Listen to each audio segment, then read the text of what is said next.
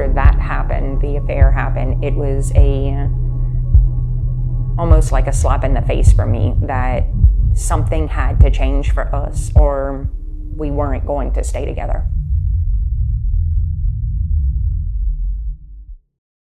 Charles Broussard Jr. Cheri and Broussard.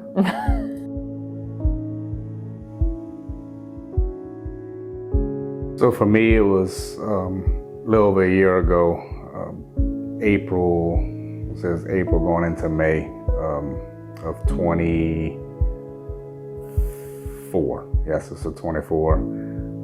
We had been together for 8 years, and we weren't married yet, but I still ventured out of our relationship with another female, and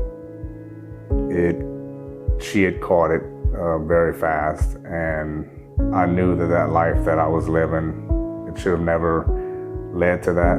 Alcohol had took over my life, and I knew that something had to change, and where we were going to church at the time, I wasn't getting the truth, and I hit rock bottom. It was either something was to change on my end, or I knew I was going to lose her.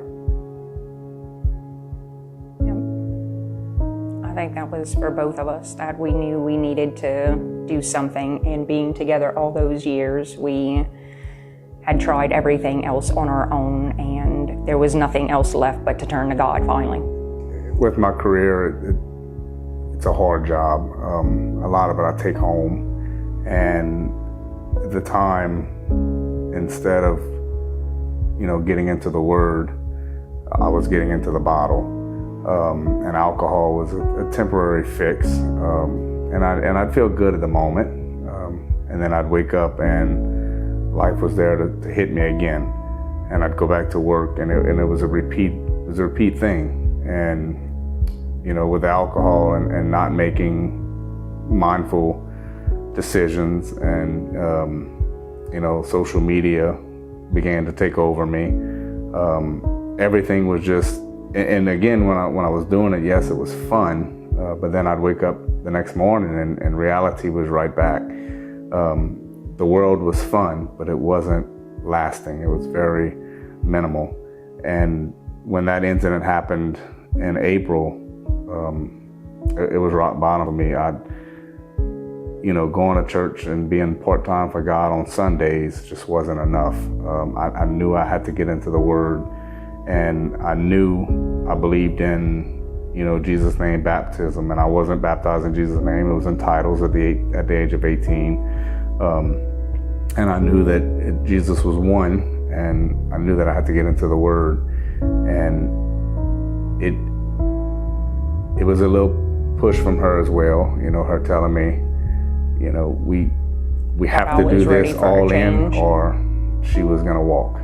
And I knew that I believed in, like I said, Jesus' name baptism, and I knew that I believed in oneness, and I knew that apostolic faith was where we needed to be. I was just gonna say it's a true definition of letting the world take over instead of the Word. That's exactly what happened to me. And the world wanted alcohol.